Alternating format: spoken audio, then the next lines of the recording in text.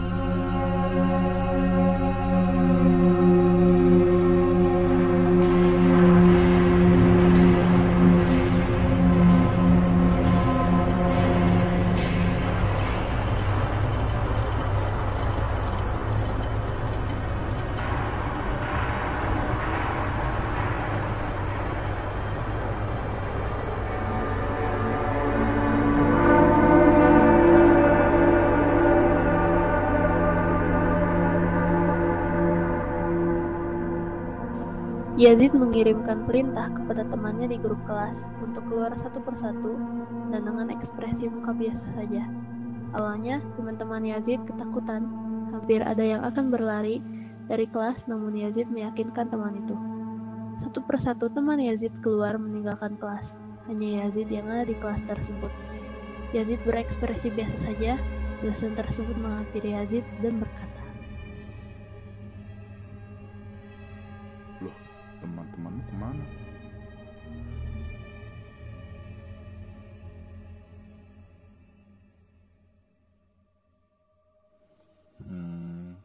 Kamu sudah tahu siapa saya.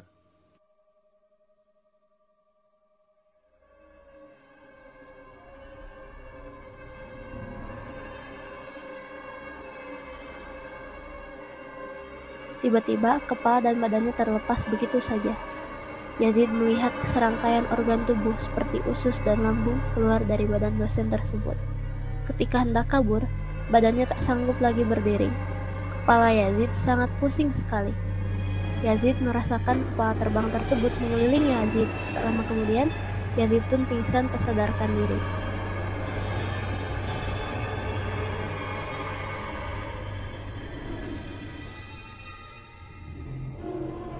Di saat Yazid pingsan, semua teman-teman sekelasnya pun keluar beramai-ramai dan berdesak-desakan. Di saat yang bersamaan, salah satu teman Yazid berlari ketakutan karena teringat kata-kata yang ia lontarkan sebagai candaan bersama Yazid. Tuh gini, bolos aja tadi daripada harus berurusan sama yang kayak gini.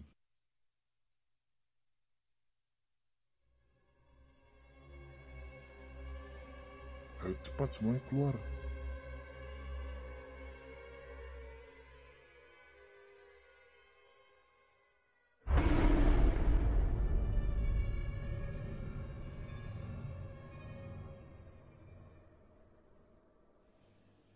Woi, Ardi, bangun Ardi.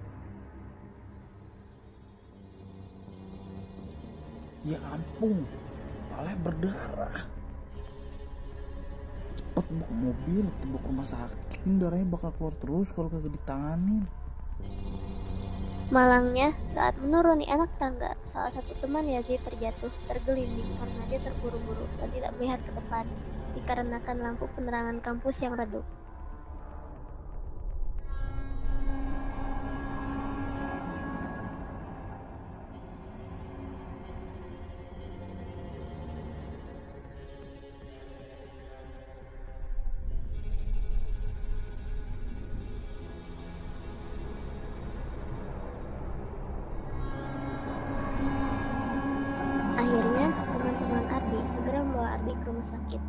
Sesampainya di rumah sakit, Ardi segera ditangani dokter. Namun ternyata Ardi mengalami koma karena benturan keras di kepalanya. Salah satu teman Yazid yang selamat ingat bahwa sang ketua kelas masih berada di dalam kelas. Dan ia pun memberanikan diri untuk kembali ke dalam kelas untuk melihat keadaan Yazid. Dan benar saja, Yazid berada dalam keadaan pingsan, tak sadarkan diri.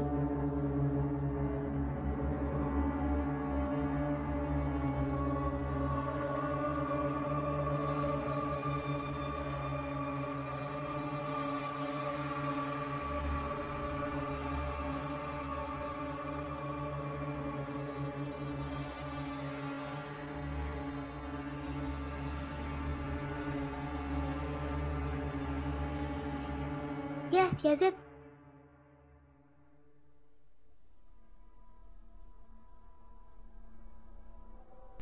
Yang lain udah pada aman. Ardi jatuh dari tangga, Yes. Terus sekarang lagi dibawa ke rumah sakit sama yang lain. Lah, kok bisa? Karena lampu tangga redup banget, terus Ardi kayaknya panik banget sampai jatuh. Ya udah, Yes, mending lu susul yang lain sekarang. Keesokan harinya, teman-teman Ardi, termasuk Yazid, pergi menjenguk untuk melihat keadaan Ardi. Selama 1 minggu, Ardi berada dalam keadaan kritis. Namun sayangnya, di hari berikutnya, kesehatan Ardi bukannya membaik, malah nyawanya tidak bisa terselamatkan karena pendarahan di otak. Yazid dan teman-temannya pun turut berduka cita atas kepergian Ardi. Dan sejak saat itu, hantu di Universitas Tridharma bukan hanya Pak Gunawan yang berada dalam kelas saja, namun hantu Ardi yang berada di tangga kampus.